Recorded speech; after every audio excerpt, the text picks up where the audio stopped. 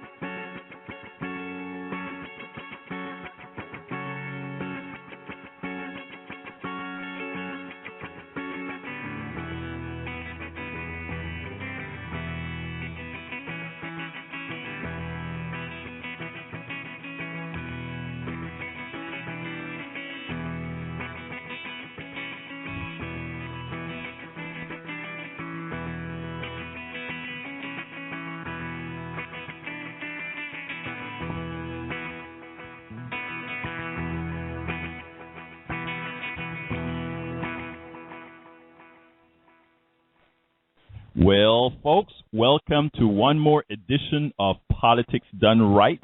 I'm Egberto Willies, your host. Today we're going to be discussing what else? Gaza, Israel, carnage, bombings, destruction, you name it. That's what it's all about, it seems like these days. That's going to be the topic of discussion. It's interesting because I don't know about you, but before I get started, let me remind you that you can reach us if you want to. If you don't want to come on in the chat room, or if you don't want to come on air directly, I'm actually monitoring the hashtag Politics Done Right.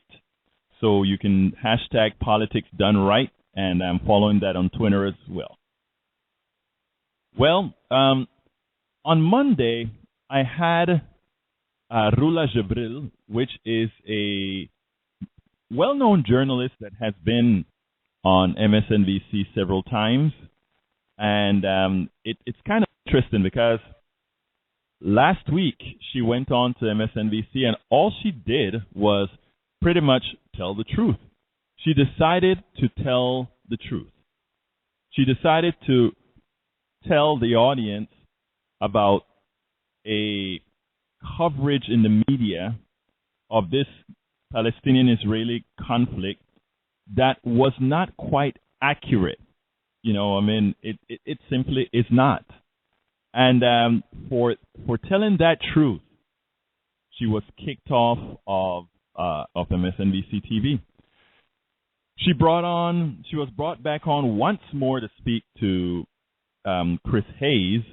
The purpose was, of course, because of the bad press that MSNBC received as soon as she was cut off from air. But, they gave her a chance to make her case. And I think what they try to do is they try to make their case.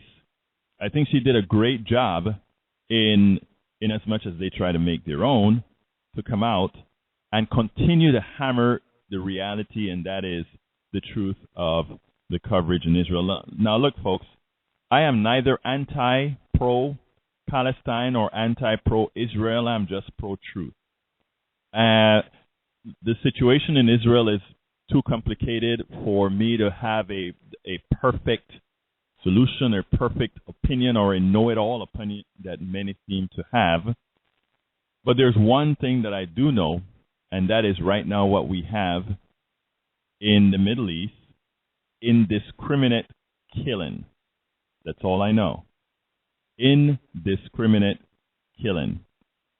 Now, you must ask yourself this question: why is it not being reported that way? Why is it not being reported that way? But anyway, getting into the guts of the discussion. Earlier this week, a staunch supporter of Israel, Joe Scarborough, called out Israel for its indiscriminate killing in Gaza. Bill Maher, another staunch supporter of Israel, seemed to be ready to let it go. So you kind of have to wonder is, is Israel kind of losing its grip on the issue? But anyway, let's start with the vlog for today. Or not the vlog for today, but the show for today. I don't have to tell you that the carnage in Gaza has gotten from bad to worse. The loss of life and the destruction of property is completely asymmetric. The death toll in Gaza is north of 1,665 people.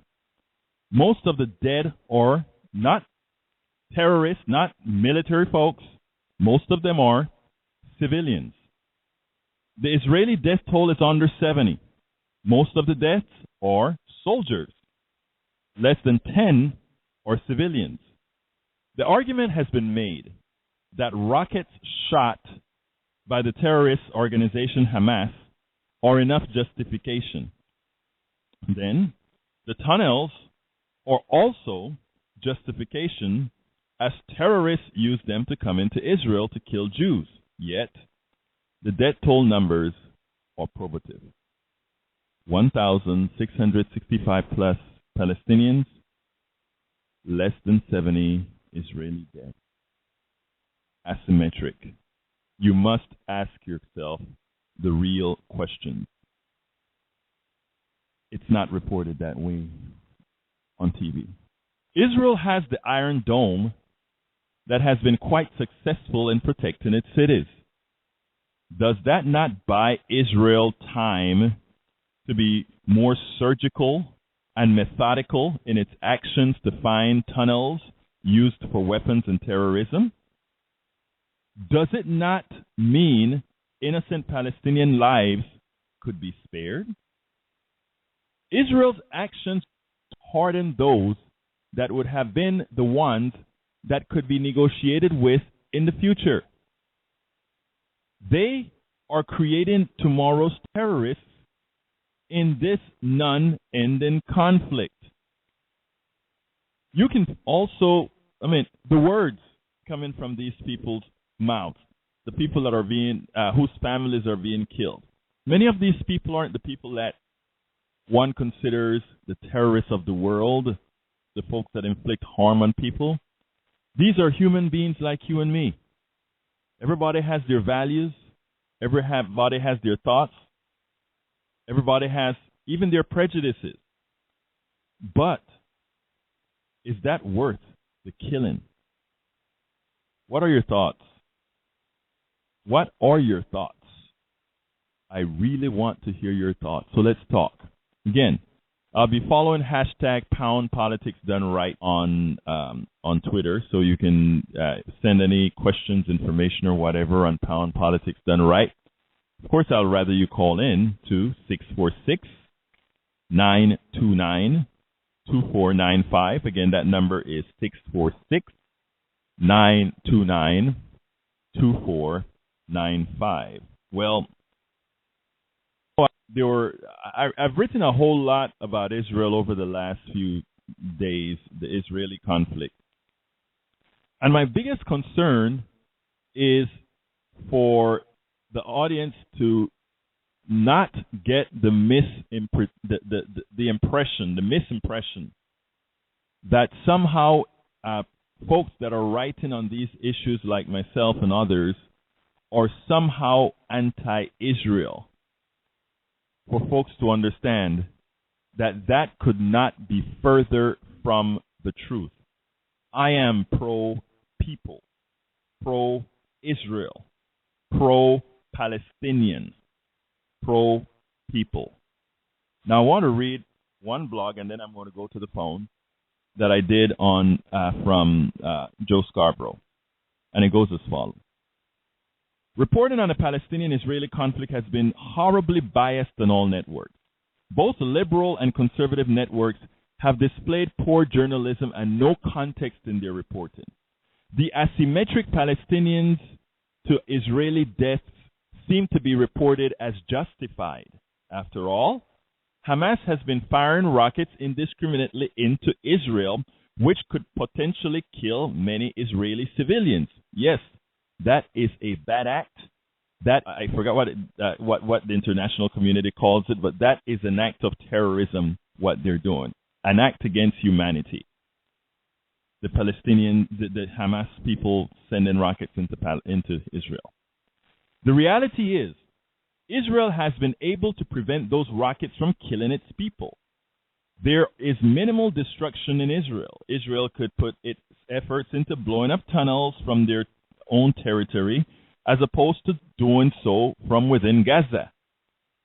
They could inflict damage on Hamas without killing and maiming thousands of innocent Palestinian civilians. When one loses the support of Joe Scarborough, a staunch supporter of Israel, one must be concerned. One must be concerned. One must really be concerned. Joe Scarborough presented a segment on the conflict that one must consider journalistic excellence. It reported the facts on the ground with context. Ayman Mohyeldin, the journalist on the ground MSNBC seemed to have pulled for his graphic reporting of Israeli atrocities, was allowed to report factually and with the proper context. He was allowed to put a human story on those that are being blown up, even as they attempt to follow Israeli instructions to flee areas to be bombed. Ayman Mohyeldin had a prescient point to make. People will tell you, what does this mean for the future generations of Palestinians or Palestinians? Ayman Mohyeldin said. How is all this trauma going to harden the belief of Palestinians who the international community constantly tries to nudge into reconciling and making peace with Israel when a father like this loses his family and now his own feelings are going to be challenged and hardened by all of this? Joe Scarborough seemed to have been taken in by the excellent reporting by Ayman Mohyeldin, not only on air, but from his writings. In the end, Joe Scarborough, while expressing his support for Israel, which again, folks, we all do, is in complete disagreement with their actions.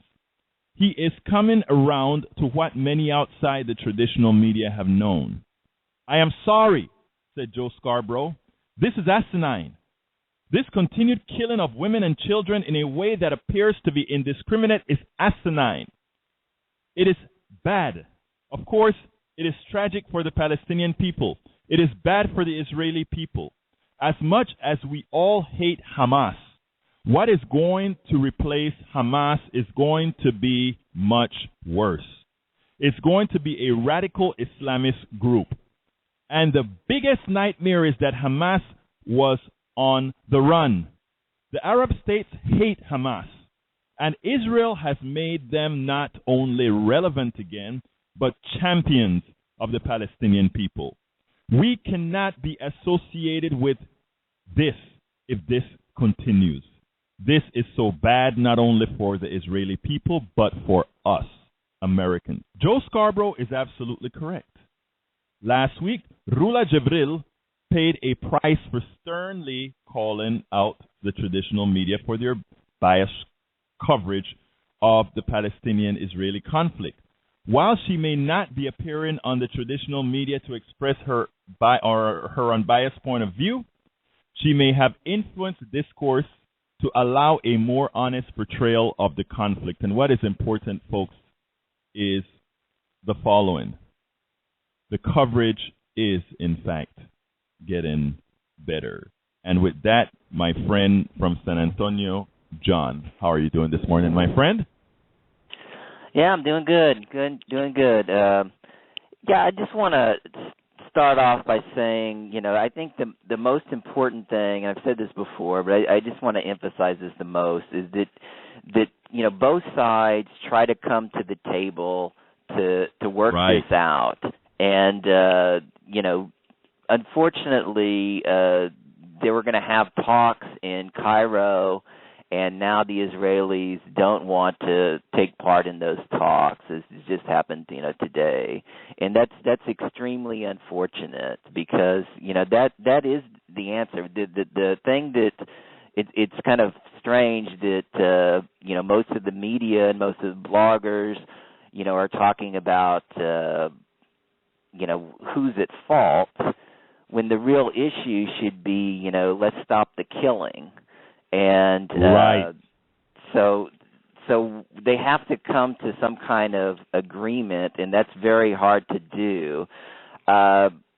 So what you were talking about earlier, I agree with also, is both sides have to humanize the other side. They have to say, your perspective, I respect your perspective, and that's a very hard thing to do, especially when you're extremely religious and you have these strong religious convictions, and also from the the American perspective, I think people are so dug in, to taking sides on issues. I know I'm that way. And it's very hard. I listen to David Waldman quite a bit on Daily Kos Radio every morning, and he always does this thing, where he's joking about, a lot of the, what do they call it, village journalists always like to say both sides, and when it's really, the problem is really just with one side. But I do feel in this case that both sides really do have problems. I mean, they have, distinct problems with not respecting the other side, and to saying that, violence is the answer.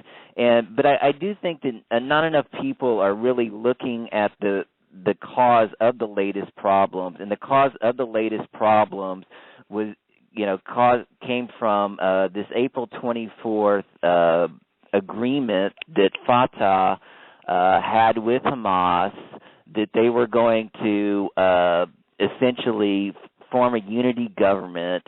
Most people know that Hamas is the more radical wing of the system, and Fatah is the more moderate wing who does recognize the existence of Israel, and they want to essentially negotiate and form a two-state solution. And so when this agreement was laid out on the 24th, Netanyahu immediately rejected it, and that was a huge problem. In fact, he said that he called the Hamas a terrorist organization that calls for the destruction of Israel, and hinted at further retaliatory measures. Okay, then the three young men were kidnapped and killed, and they still don't know who did it. They thought that most people think that the people who did it were an offshoot of Hamas, a rogue group. There's no connection with the actual government of Hamas that did it. And so it was a perfect excuse. Right. So this is what a lot of people who are critical of Israel say, that Netanyahu didn't want to have a united Palestinian state, and this is his way of essentially retaliating against them, and so that's essentially what has gone on, and John, and so you're correct. I want to go into that further. I want to take another call, but I want to go into that further because that is another part of the discussion. And you hit a very important key point, my friend. So stay on with me. I'm keeping you hot. 616, who do I have the honor of speaking with? You got Mike Aguero. Mike, come on in. How you doing, my friend? Oh, not too bad. And yourself? Add to the discussion, my friend. I am glad you're covering this today. And I'm not even going to bother to try to defend myself as being pro this or pro that or anything else, because this has disgusted me so much that I don't care if somebody calls me an anti-Semite. I don't care if anybody calls me anti-Israel. My feeling is pretty much anti-Israeli government, which you have to separate from the people. Now, the last poll I saw was that 4 out of 5 Israeli residents supported Netanyahu's actions, and I want to applaud the 1 out of 5 who do not support these actions. This is a slaughter, and It's an indiscriminate, slaughter of innocent people. They don't care who's in the way. They basically just, say we're going after the tunnels, and and of course the defenders of Israel are saying, well, Hamas or the Palestinians are using children, women and children, as shields. Well, whether that's, that could be completely true, but does that justify, the deaths of, thousands of Israeli women, children, and men who are not connected or not involved with, Hamas's porting of missiles around tunnels. I want to tell you something, okay? Because Israeli has precedent to follow, and this is hurtful to say, but it is true. Whether it's the first Gulf War or the second Gulf War, I don't know where you were when the second Gulf War started, but I can tell you I was in front of a TV, and I remember seeing fireworks. I remember on TV seeing bombs being dropped supposedly in surgical manners throughout Baghdad.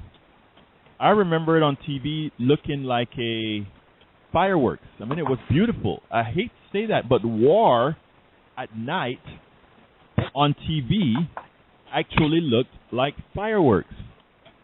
Now, that's what we saw on American TV.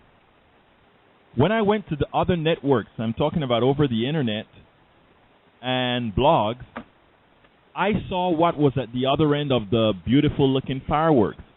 And that was body parts, blood splatters, concrete on crushing people's heads. And these are people that have nothing to do with what we were going for. I want to go a little bit further than that. We take a look at what occurred in Panama, the country that I'm originally from. Noriega and the American government had some problems. Basically, Noriega was a capitalist selling drugs to a country that wanted drugs. But we, instead of solving the problem here in our country, we decided that we wanted to solve it from the source, from the supply. So in order to get that one man, Mr. Noriega, we went ahead and we flattened the Cuartel Nacional. That is his headquarters, which is found in, I think it was a town called Marañón, if I remember correctly, surrounded by buildings. Those buildings were decimated. Over 10,000 Panamanians, even though it's reported as 4,000 in some places here, 1,000 elsewhere, lost their lives and were placed in mass graves. When I say Israel, another person told me in one of the blogs that was irate with me. They thought I was anti-Israel, which could not be further from the truth. Told me, if missiles were coming in from Mexico, don't you think America would react the same? And my answer to that was, sadly, sir, you're correct. I do believe we would have acted the same because we have acted the same. Yes, in 9/11, those terrorists, those whatever bad word you want to use on these guys, came here and killed a lot of our fellow Americans. Yes, that's what they did.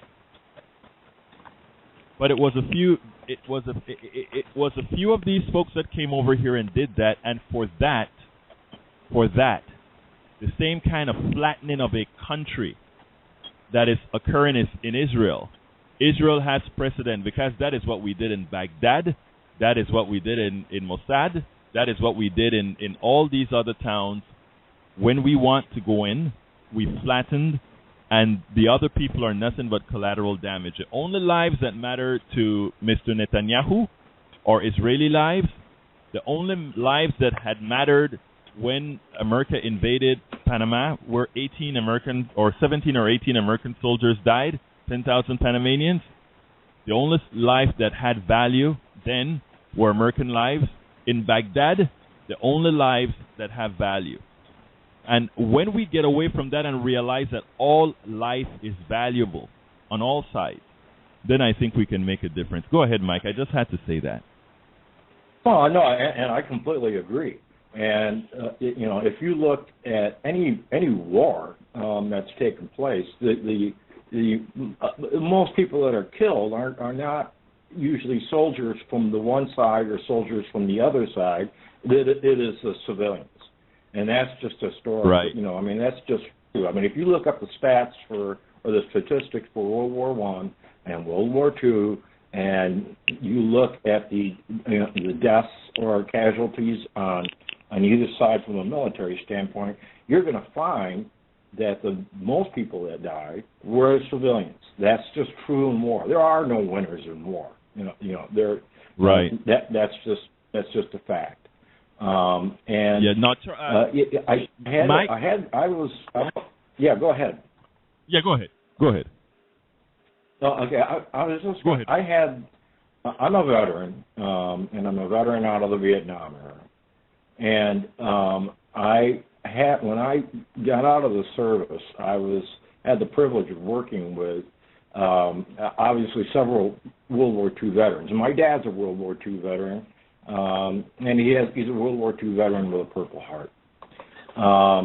And if you were to ask my dad what he thought of war, since he was on a boat where a transport ship that was sunk by the Germans in the Mediterranean, and they lost over 1,200 U.S. soldiers alone on that, is actually I could go into that later. But the thing I was able to find out by talking to former B-17 pilots that flew over Germany, and they said that there was no feeling because all they saw were little puffs on the ground. That's all they saw.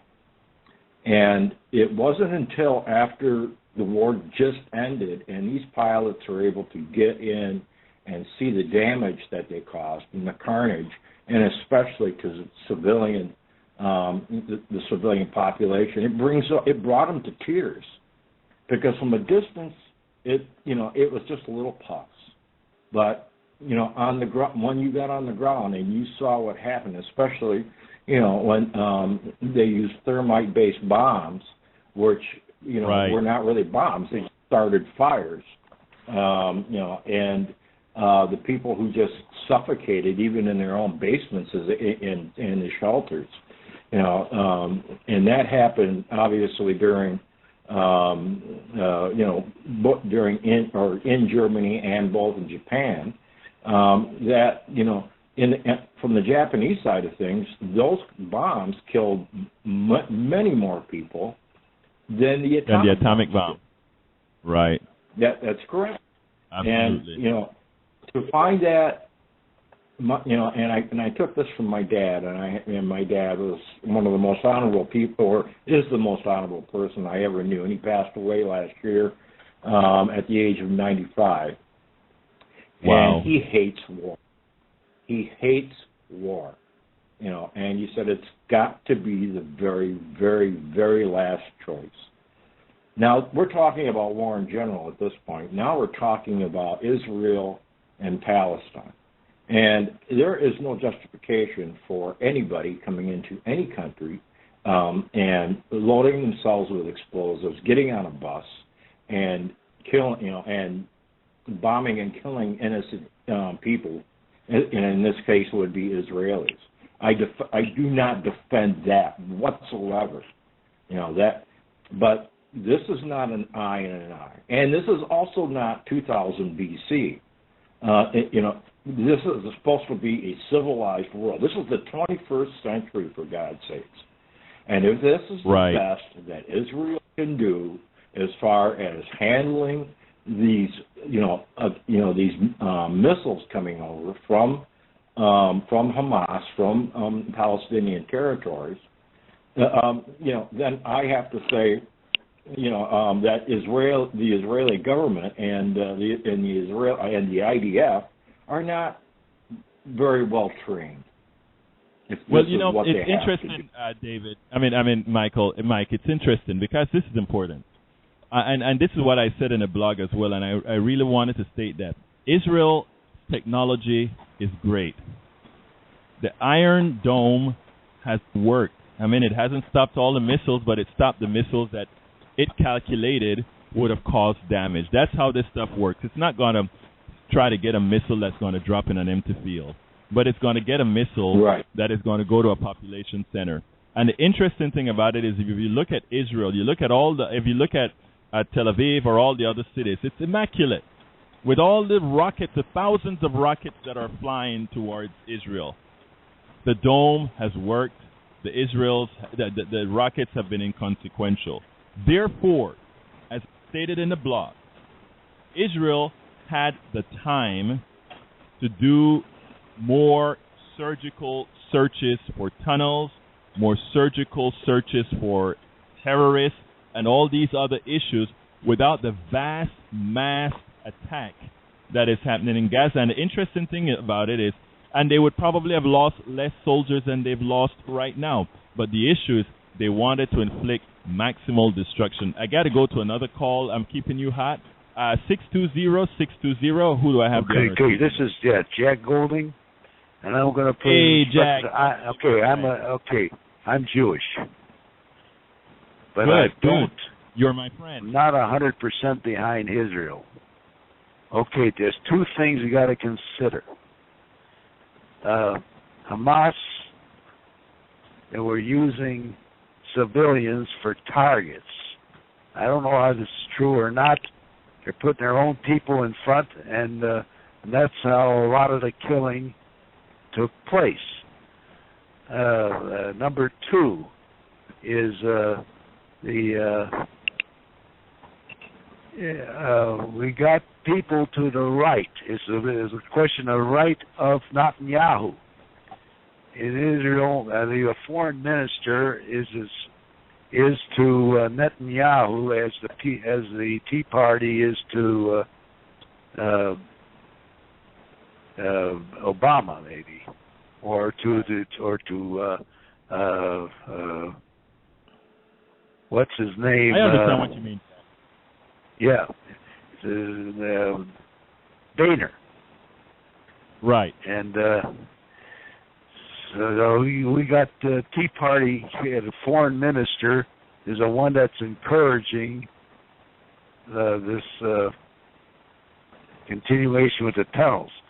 Now, I'm not sure they're going into Israel, but I think he was pushed by the foreign minister and this cabinet to the right of him. Now Netanyahu has a problem.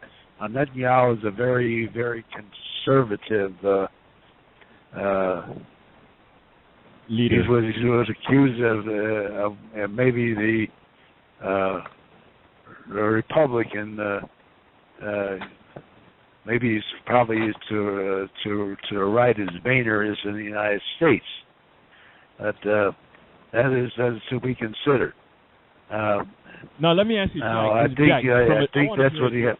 Jack, I want to ask you a question, Jack, because you called in and the first thing you said is that you're Jewish. Now, when you see the pictures on TV of what's occurring in Gaza, how does that make you feel when you compare that to, let's say, how Tel Aviv continue to look or Jerusalem continue to look, etc.? How does that make you feel? Okay, I think it's totally unnecessary. I think and I can't dispute that Hamas, the leadership there, is using civilians as targets.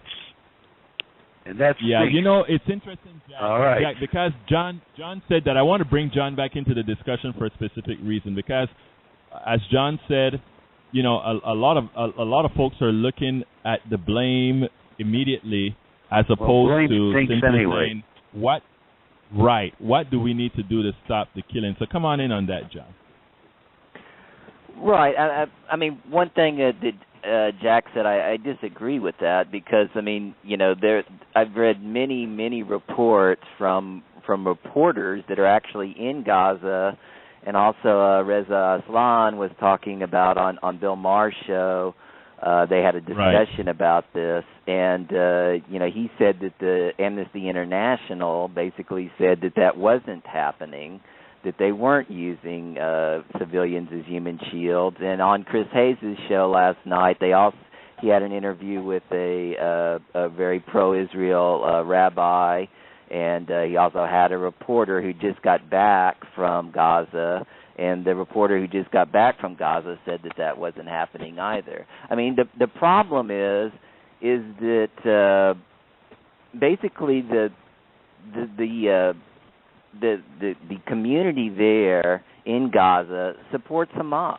I mean, that's just the fact of the matter. And so, I mean, it's very hard to distinguish who is a civilian and who is not, because the civilians don't wear uniforms, and the fact that the people in Gaza don't have any place to go. They'll tell them, well, we're going to be bombing this area, so move out, and they move out, but the area where they go to next may be also, they're going to be victims of bombing there. And so I think that is the story that I did yesterday. That was the story that I did yesterday, or 2 days ago, with Joe Scarborough and Ayman Moyeldin. In effect, this professional, I think he was a banker or something, he was told to move. He was told to move. He moved. He followed the rules. He's not a terrorist. He's just another person. And he moved. And the building that he went to, he lost his entire family. Continue, John. Didn't mean to interrupt. Right. No, I mean, so yeah, I mean, again, the answer is to have some kind of ceasefire, and in fact, I'm reading just on the live blog here that it looks like some Israeli forces are moving back, from they were already into the interior of Gaza. So now they're moving back. This is the latest news.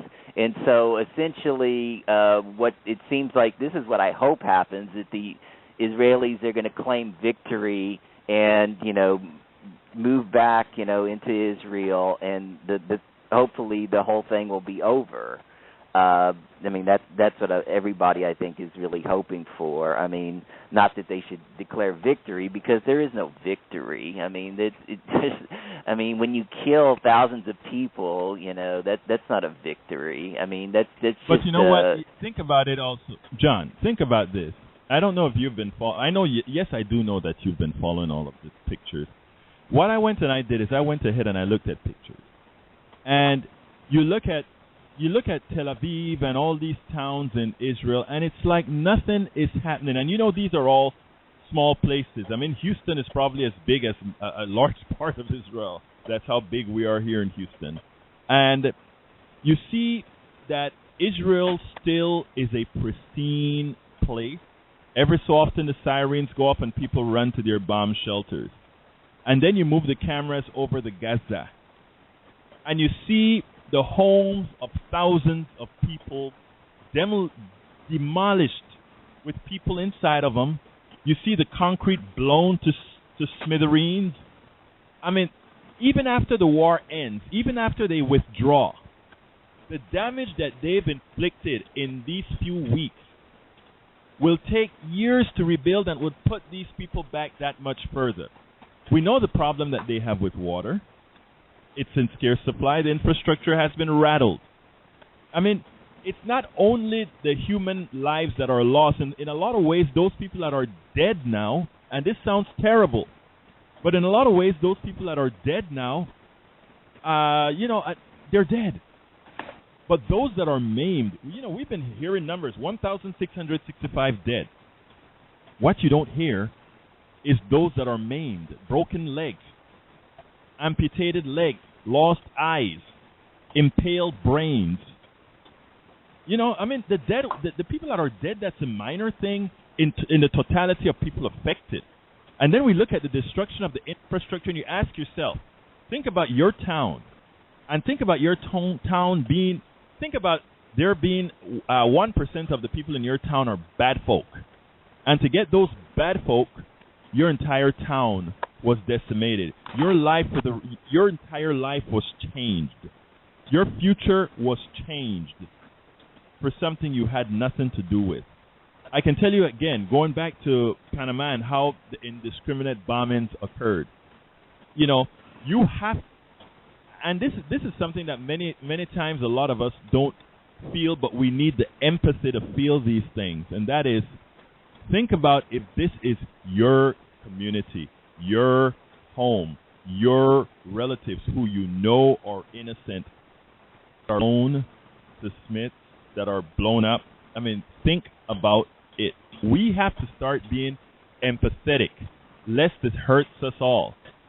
If you cannot put yourself in the place of these other people, then we get what we've done. Then what's occurring in Gaza, what occurred in every little town in Iraq, in Afghanistan, in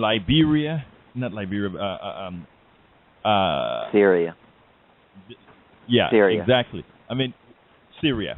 I mean, when you get all these things that occur, and you know, to us, we stay back in an air-conditioned home with internet access. We watch all of this as if it's a game, not realizing that these are people that are suffering. And we have one day without electricity, one day without water. It's the end of the world. I wrote another blog today or last night actually, about how easy it was. And this is not a Democratic or Republican thing, because the vote passed, and I want to pull it up. The vote passed, John, Charles, Mike, and Jack. The vote passed to go ahead and give Israel $225 million to go ahead and buy more missiles for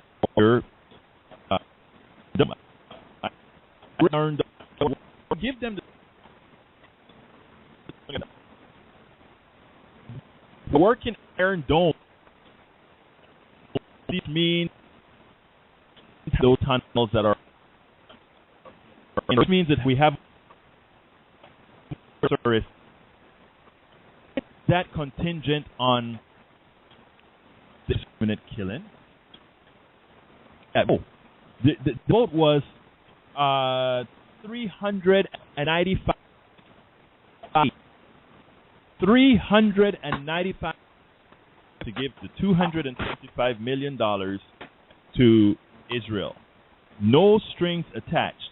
Now, a few weeks ago, we've been trying to get long-term unemployment insurance for those people that are chronically unemployed in this less than optimal recovery.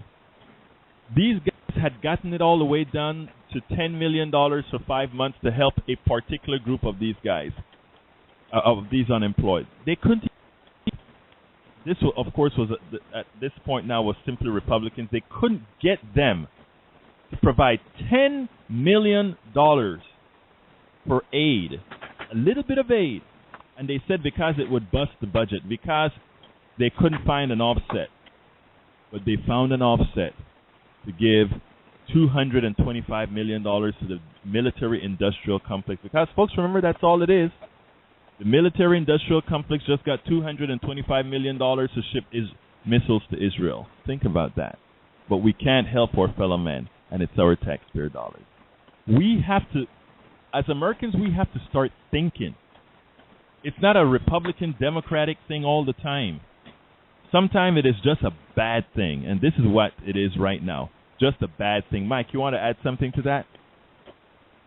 Yeah, I mean, it is a bad thing. I mean, we did, right after our government and President Obama condemned these killings, or at least the attacks that are being done. Right after that is when we gave the $225 million, to Israel for resupply, basically. And and I'm glad Jed's on the line, because I'm kind of curious, because what I'm looking at here is, and I'll be interested to get his input on this, is that I'm looking at a breakdown of Israel from 1946 on, and and the Palestinian territories that were there, and I believe it was the Oslo Accords, that set territorial boundaries for everybody. And since then, there has been nothing but encroachment on the Palestinian side. Now, the Palestinian people have no army. They do not have a navy. They do not have an air force or anything else like that. They consider themselves to be an occupied territory. So what do people do in an occupied territory? Well, they do as much as what they can be, and a lot of times it's just throwing rocks. There is a very good documentary that I suggest to all the listeners and everybody that's talking are called Israelis versus Israelis, and it has to do with Israelis trying to help Palestinians, because basically what is shown, and by the way, the Israelis that are trying to assist and give water to some of the Palestinians who again are an impoverished nation, it shows other Israelis throwing rocks at these Israelis that are trying to help and actually killing them. This part of this Israelis versus Israelis documentary, and it's shot by an Israeli, is that it shows how the Palestinians are actually treated like cattle as they try to move to work, try to move to their territories, and everything else. Now, if that was happening to me, I would be angry. I would be extremely angry, and I would tend to support anybody who gave me a chance, gave a chance to to fight back against that kind of treatment. And the problem right now is that there is not going to be, Israel's not going to accomplish anything. All they've done is that through the Arab world, is that they've strengthened Hamas. Hamas is now getting to be a very popular party, through the entire, because of what is happening. I'm going to let John answer your question. John, come on in. Yes. So what was the question again? I'm sorry. Go ahead, Mike. Well, what we're talking about is basically how Israel's strategy here is going to backfire on them, because they have Hamas. They have strengthened Hamas through almost the entire Arab world. Or at least in Mike, those territories. I think one of your question was, Mike. I think one of the main questions you alluded to earlier, though, was about the encroachment of the Israelis in the Palestinian land after the Oslo Accord.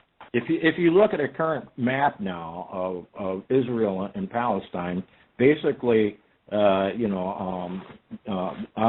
very little of the West Bank remaining. I mean, it's all scattered, and obviously the Gaza Strip is extremely small. And they consider, they being the Palestinians, consider the Israelis now as occupiers in those lands, and the international community recognizes them as occupiers, and that they're have been told to back off to the original boundary set, and that is, and so, but they basically, Israel, and when I say Israel, I mean the Israeli government has thumbed their noses at the international community, and if you want to follow what's really truly going on in there, don't bother to watch the American press. Watch the BBC's coverage, watch the RT's coverage, watch Al Jazeera's coverage, Watch, get any source that you can. Take the source for what they are, and establish for yourself, the facts. And the truth of the matter is exactly what you said.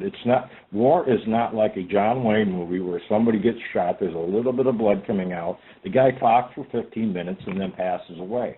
War is brain matter being sprayed over you. War is dismemberment. And hopefully when that happens to those people is that they do not know what hit them. But that is the reality of war. That it is not, like you said, it's very easy to keep yourself distance from what, has been happening. Now, again, I'm not, I'm not an anti-Semite, and by any means. By any means. But this is not an eye for an eye. I've got down here the breakdown of deaths since 2006, and in both cases it's an absolute shame. But on the Israeli side, there have been 129 children killed, and there is no defense for that whatsoever. On the Palestinian side, there have been, and this obviously predates the current situation, there have been 1,523 children killed, and there's different comparisons by different groups on here, and they're not in their and they're neutral groups for the most part, and right, and the people targeted for killing, Israel 1, Palestinians 408, exactly, and people killed on their own land. 596 Israelis. 596. Yeah, it's crazy. I saw there is a website that keep all these numbers, but Mike, I'm going to have to start closing down. So why don't you give me a quick 30-second closer? Unfortunately, I think Israel will be the loser in this overall because they do not have the support of the international community, and that they're going to be causing more problems than they are solving any by what they're doing. Absolutely, Jack, you are up next. Why don't you give me a quick closer, Jack? Yeah, well, somebody asked about the settlements. I am opposed to the settlements. Always have been opposed to the settlements. That's a problem, and Jerusalem may be the hardest nut to crack as far as right. You're correct about settling that. the Jewish problem, but I believe that I'm not 100% behind Israel on certain things, but I think Netanyahu is probably doing the best he can. I think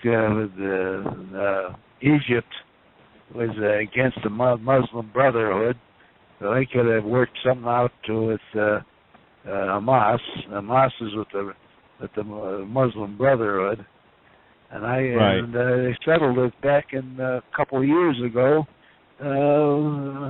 with Hamas, between Hamas and they had a fight breaking out then.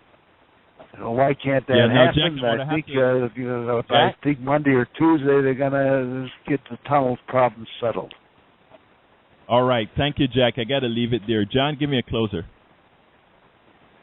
Yeah, I just feel that the key is for both sides to embrace peace, and on the Palestinian side, I think that Hamas and Fatah should form a unity government under really the guise of Fatah, who wants to promote peace. That's really the most direct way to peace, is for Fatah and Hamas to form a unity government and to try to negotiate. And also on the Israeli side, they need to. I mean, I agree with what Mike was saying about the history of Israel and how they don't accept, the two-state solution, even though they say they do. But I mean, all the things that go against it, like building all the settlements, disagree with what their words say. And so, I just hope that somehow the Israeli people will elect politicians that reflect a more peaceful outlook towards forming a two-state solution and stop the violence, because that's the main thing. As long as the violence is stopped, let's negotiate. And I know both sides are dug in, but we have to negotiate. There's no point in killing each other. It's pointless, And what Mike was saying is right. Israel is not helping themselves by killing all these people. They should be happy to. I mean, they already have so many nuclear weapons, and they have such a strong military advantage that I mean, what are they trying to prove? It's ridiculous. We're down to 1 minute, Jan. Very much for your comment. Down to 1 minute, folks. Please do remember that Coffee Party Radio has currently 3 shows, soon to be more. On Mondays we have Press Dan Aronson on Monday, and that is Mondays at 10 p.m. Eastern. On Thursdays you have at 3 p.m. Eastern Lunch with Loudon, and on Saturdays you're here with yours truly, Politics Done Right with Egberto, 12 Central. Look, this Israeli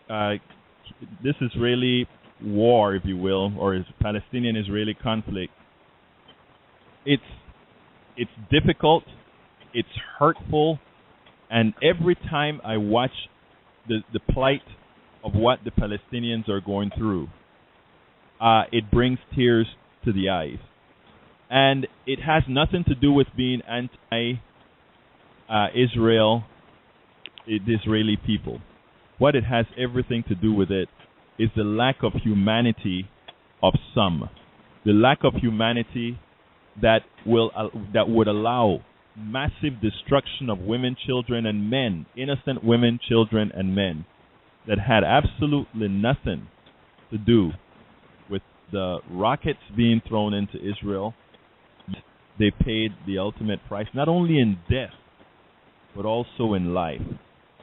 So I would really urge us to look in the mirror ourselves and put ourselves in those situations. Put ourselves in the situations of the people that are hurting. Maybe then we'll have the empathy to realize that we need to put the pressure now on Israel. Not to not defend themselves, but to remember that Palestinians are human beings as well. Their value is no less than the value of an Israeli. A political solution to the Israeli-Palestinian issue, we don't need any more killing. And with that, I'm Egberto Willis. Politics Done Right.